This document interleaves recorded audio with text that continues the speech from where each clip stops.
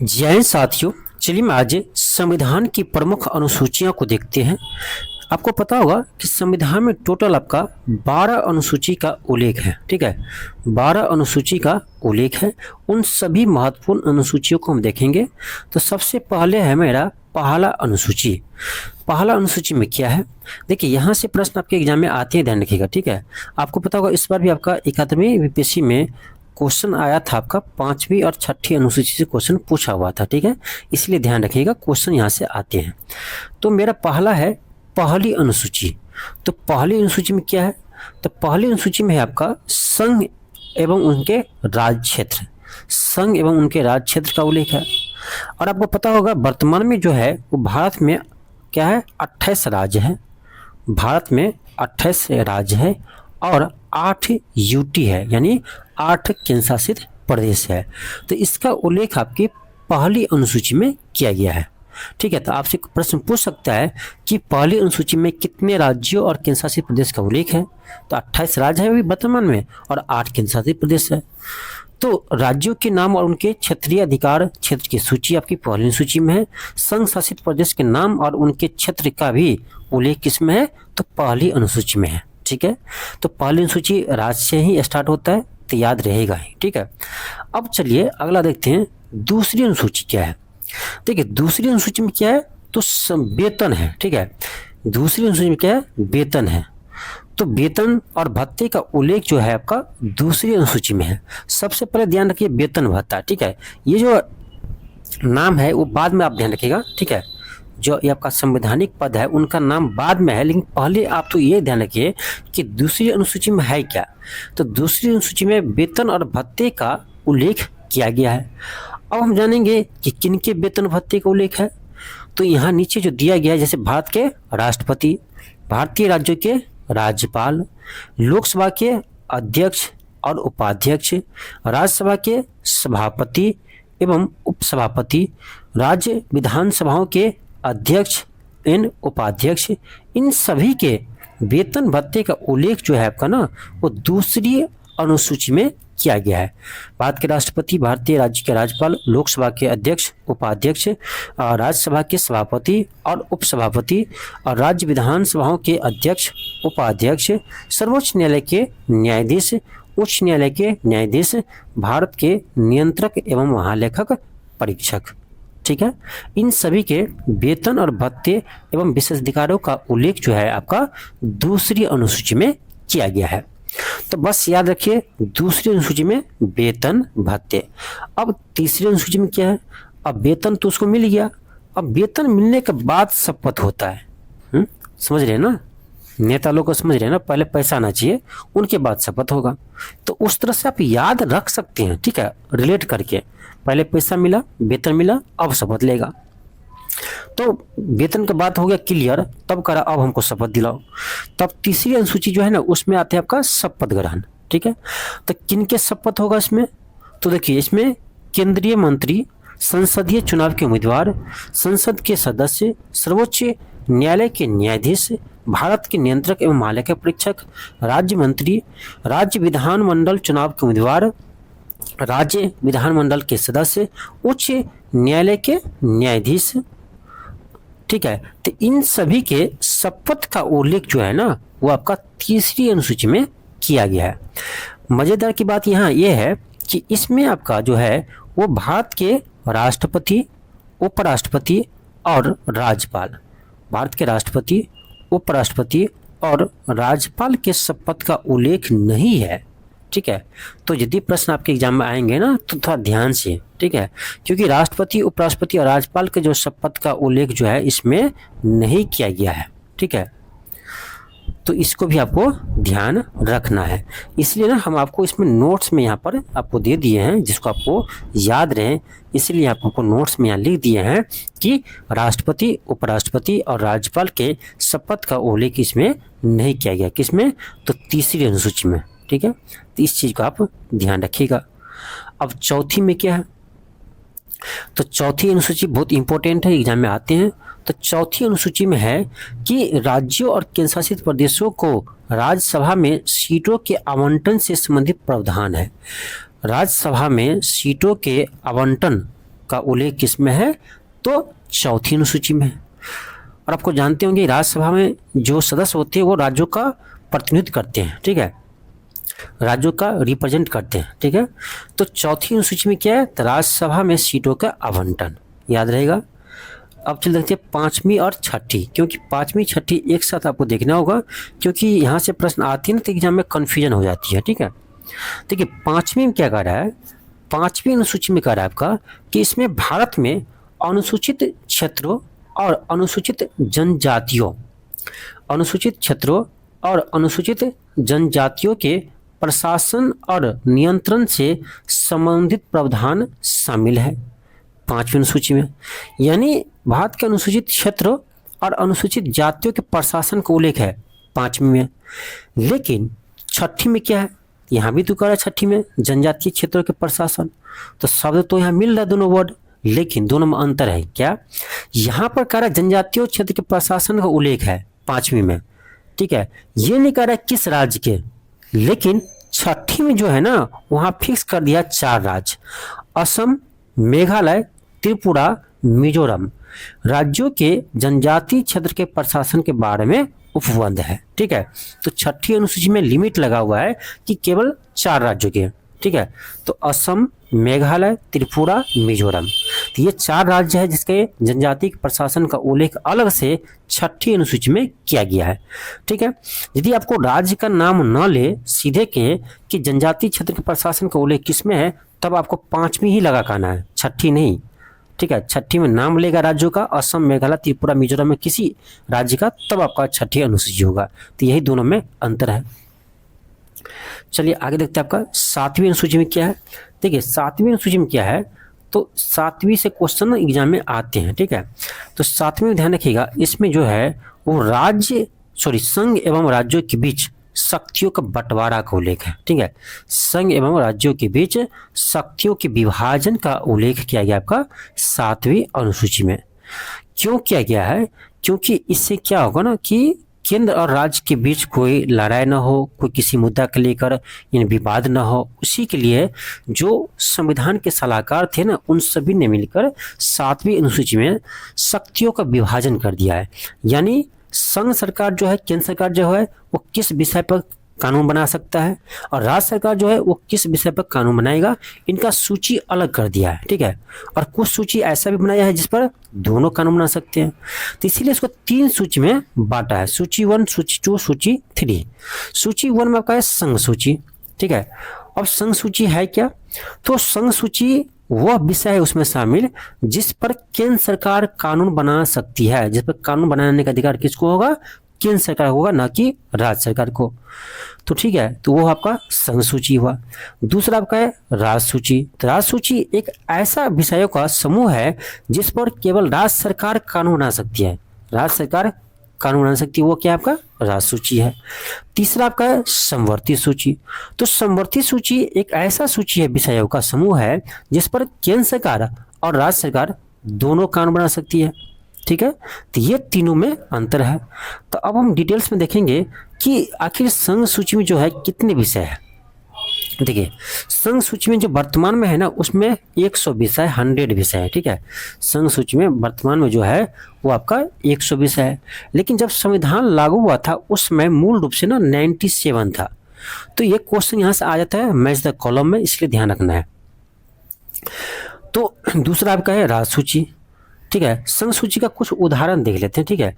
जैसे आपका हुआ कि विदेशी विभाग है, ठीक है, तो उस पर जो है ना कानून बना सकता है सिर्फ संघ सरकार, राज्य सरकार नहीं बना सकता है, ठीक है।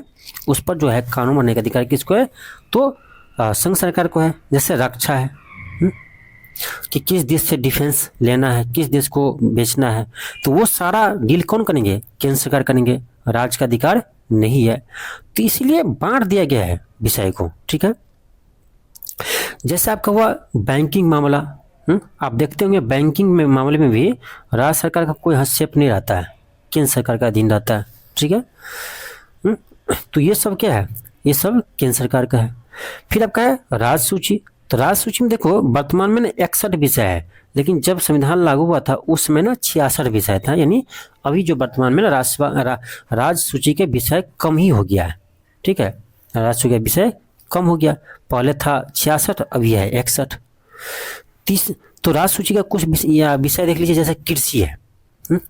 कृषि जो है वो कृषि पर कानून बनाने का अधिकार किसको है? राज्य सरकार को है। ठीक है, आप इसलिए देखते होंगे ना, कृषि पर टैक्स लगाए या न लगाए ये राज्य सरकार फैसला करती है, न कि केंद्र सरकार। ठीक है, स्थानीय शासन, स्थानीय शासन भी किसका आता है? तो राज्य सरकार का अधीन आता है। तो जैसे आपका हुआ सार्वजनिक स्वास्थ्य, पुलिस देख लीजिए, सार्वजनिक स्वास्थ्य ले लीजिए, ये राज्य सरकार का अधीन आता है। पुलिस ले लीजिए, देखिए सभी राज्य का पुलिस अलग अलग होता है, सभी राज्य का अधीन होता है, उस पर राज्य सरकार का नियंत्रण होता है। ठीक है, लेकिन आर्मी पर केंद्र सरकार का। तो ये विषय बटा हुआ है। ठीक है, अब देखो तीसरा आपका है ना, ये आपका है समवर्ती सूची। तीसरा आपका है समवर्ती सूची। इसमें ऐसा दिया गया है कुछ विषय को जिस पर राज्य सरकार और ना केंद्र सरकार दोनों कानून बना सकते हैं। ठीक है, तो वैसे में अभी वर्तमान में ना 52 विषय है। ठीक है, लेकिन जब संविधान लागू हुआ था उसमें मूल रूप से 47 विषय थे। ठीक है, मूल रूप से 47 विषय थे। तो इसको भी आपको ध्यान रखना है कि ऐसे कौन से विषय है जो समवर्ती सूची में आते हैं। ठीक है, तो देखो समवर्ती सूची में आता है आपका शिक्षा। ठीक है, शिक्षा पर जो कानून है राज्य सरकार और केंद्र सरकार दोनों बना सकती है। ठीक है, शिक्षा हुआ आपका, ये आपका है समवर्ती सूची के विषय। ठीक है, फिर आपका हुआ आपराधिक न्याय व्यवस्था, वन जीव और पर्यावरण संरक्षण, ये सब क्या है? समवर्ती सूची विषय है। अब देखो शिक्षा ही ले लीजिए। ठीक है, अब शिक्षा पर मान लीजिए कि संघ सरकार केंद्र सरकार भी कानून बना दे और राज्य सरकार भी कानून बना दे, तो किसका ज्यादा मान्य होगा? मतलब किसी चीज पर दोनों का टकराव होगा तो उसमें किसका अधिक मान्य होगा? तो ध्यान रखना, यदि किसी कानून का टकराव होगा ना समवर्ती सूची विषय पर, तो इसमें केंद्र सरकार के कानून का मान्य होगा। ठीक है, केंद्र सरकार की कानून का मान्यता रहेंगे।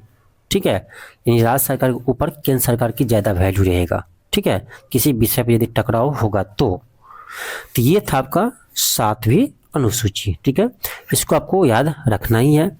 चलिए हम आगे बढ़ते हैं, अब देखते हैं 8वीं अनुसूची। तो 8वीं अनुसूची तो लोग को याद ऐसे ही रहता है, इसमें भाषा का उल्लेख किया गया है। इसमें भाषा का उल्लेख किया गया है और वर्तमान में इसमें 22 भाषा है। ठीक है, इसमें 22 भारतीय भाषाओं की सूची शामिल है जिन्हें भारतीय संविधान द्वारा मान्यता प्राप्त है, लेकिन मूल रूप से कितना था? 14 था। ठीक है, यानी जब संविधान लागू हुआ था उसमें 14 भाषा इसमें शामिल थे, लेकिन वर्तमान में 22 भाषा शामिल है। तो कभी कभी ना आपके एग्जाम में यहाँ से भी प्रश्न आ जाते हैं, इसीलिए इसको भी ध्यान रखिएगा। ठीक है, अब इसमें 22 भाषा में कौन कौन सी भाषा है? 14 भाषा पहले से थे, प्रारंभ में थे, उसके बाद और भी जोड़ा गया, तब तो आपको 22 है। तो कौन सी भाषा कब जोड़ा गया ये भी इंपॉर्टेंट आपको याद रखना। ठीक है, तो 22 भाषा में कौन है एक बार देख लीजिए। ये आपका है असमिया, बंगाली, बोडो, डोगरी, गुजराती। ठीक है, गुजराती, हिंदी, कन्नड़, कश्मीरी, कोंकणी, मैथिली, मलयालम, मणिपुरी, मराठी, नेपाली, ओडिया, पंजाबी, उड़िया होगा, संस्कृत, संथाली, सिंधी, तमिल, तेलुगु, उर्दू। लेकिन इस पर देखिए मैथिली तो है, हमारे बिहार का भाषा मैथिली है आपका 8वीं अनुसूची में, कहीं भोजपुरी क्यों नहीं है? भोजपुरी जो है आपका 8वीं अनुसूची में क्यों शामिल नहीं है? क्योंकि भोजपुरी ऐसी भाषा है ही नहीं जो शामिल हो सके। भोजपुरी का भी भाषा सुन लेना अजीब सा लगेगा। तो देखो मैथिली जो है भाषा आपको शामिल है बिहार का, लेकिन भोजपुरी नहीं है, जबकि ज़्यादा फिल्म बनता है भोजपुरी का ही, ज़्यादा सॉन्ग बनता है भोजपुरी का ही, लेकिन उसमें भोजपुरी में 99% सॉन्ग बनता है आपका अश्लील, जिसको आप सुन नहीं सकते फैमिली के साथ। तो कैसे होगा 8वीं अनुसूची में शामिल? अब मैथिली में यदि कोई आपको गाली भी देना सॉरी तो लगेगा आपको अच्छा ही दे रहा है। ठीक है, क्योंकि भाषा ही ऐसा है मैथिली। मैथिली में आपको ज़्यादा नहीं मिलेगा गंदगी जैसे भोजपुरी में। ठीक है, चलो खैर बात। तो ये था आपका 22 भाषा। अब हम इसमें देखते हैं कि कौन भाषा कब जोड़ा गया है। ठीक है, कौन भाषा जो है कब जोड़ा गया है। सबसे पहले है आपका सिंधी भाषा। ठीक है, सिंधी भाषा जोड़ा गया कब? तो 21वें संविधान संशोधन अधिनियम 1967 के द्वारा। तो पहले आपको ध्यान रखना है कि 21वें संविधान संशोधन अधिनियम 1967 के द्वारा कौन सी भाषा जोड़ा गया? तो सिंधी भाषा। क्वेश्चन ये भी पूछेंगे आपको कि सिंधी भाषा किस संविधान संशोधन के तहत जोड़ा गया? तो 21वीं संविधान संशोधन के तहत। दूसरी आपका है कि 71वीं संविधान संशोधन अधिनियम 1992 के द्वारा 3 भाषा जोड़ा गया था, कोंकणी, मणिपुरी, नेपाली। ध्यान रखिए, कोंकणी, मणिपुरी, नेपाली, इस भाषा को कब जोड़ा गया?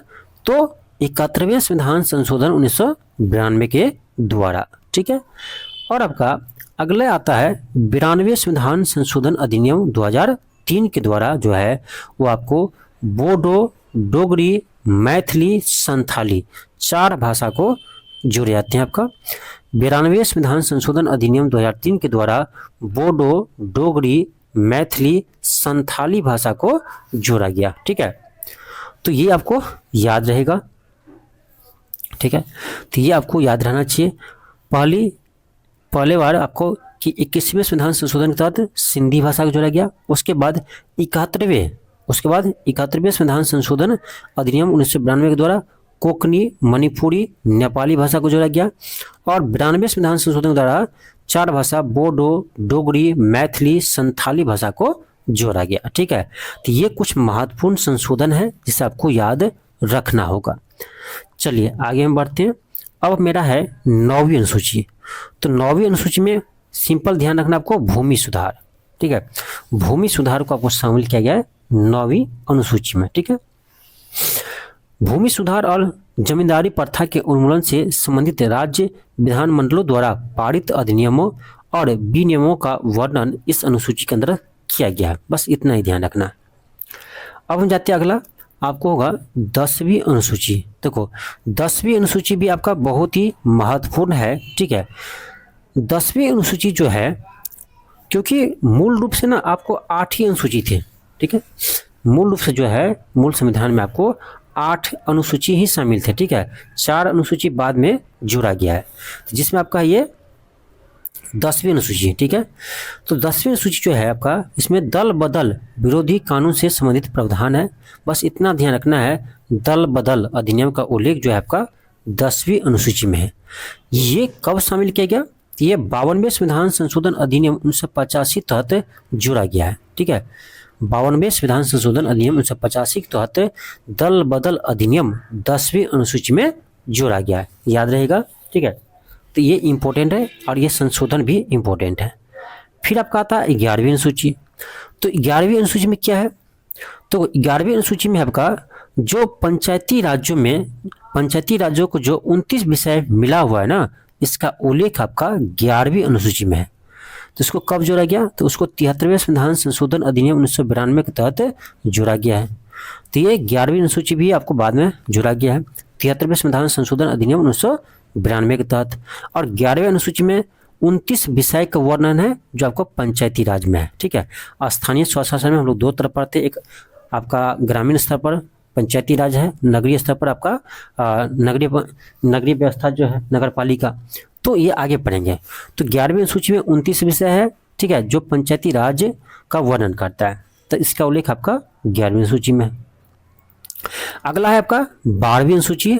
ठीक है, तो 12वीं अनुसूची में क्या है ना कि इस अनुसूची में नगर पालिकाओं की शक्ति, प्राधिकार और उत्तरदायित्व से संबंधित है, जिसमें आपका 18 विषय का उल्लेख है। ये कब जोड़ा गया? तो ये आपका 74वें संविधान संशोधन अधिनियम 1992 के तहत जोड़ा गया था। ठीक है, जब नगर पालिका को जोड़ा गया, तो इसमें आपको 18 विषय का वर्णन है, तो इससे भी आपको ध्यान रखना है। तो ये था कुछ आपका महत्वपूर्ण 12 अनुसूची। ठीक है, जहाँ से आपके एग्जाम में प्रश्न आते हैं। ठीक है, तो जितने भी महत्वपूर्ण है ना, महत्वपूर्ण पॉइंट है, उसको आपको हम करवा देते हैं। उसके बाद सभी टॉपिक को एक साथ ही इंपॉर्टेंट ऑब्जेक्टिव प्रश्न को करवा देंगे। ठीक है, अगली क्लास में हम लोग देखने वाले हैं इंपॉर्टेंट आर्टिकल, इंपॉर्टेंट अनुच्छेद यानी इंपॉर्टेंट आर्टिकल हम अगले क्लास में देखने वाले हैं। आर्टिकल नंबर 1 से लेकर आर्टिकल नंबर 395 तक हम देखने वाले हैं आपको अगले क्लास में। ठीक है, तो चलिए मिलते हैं इस क्लास में। थैंक यू, धन्यवाद।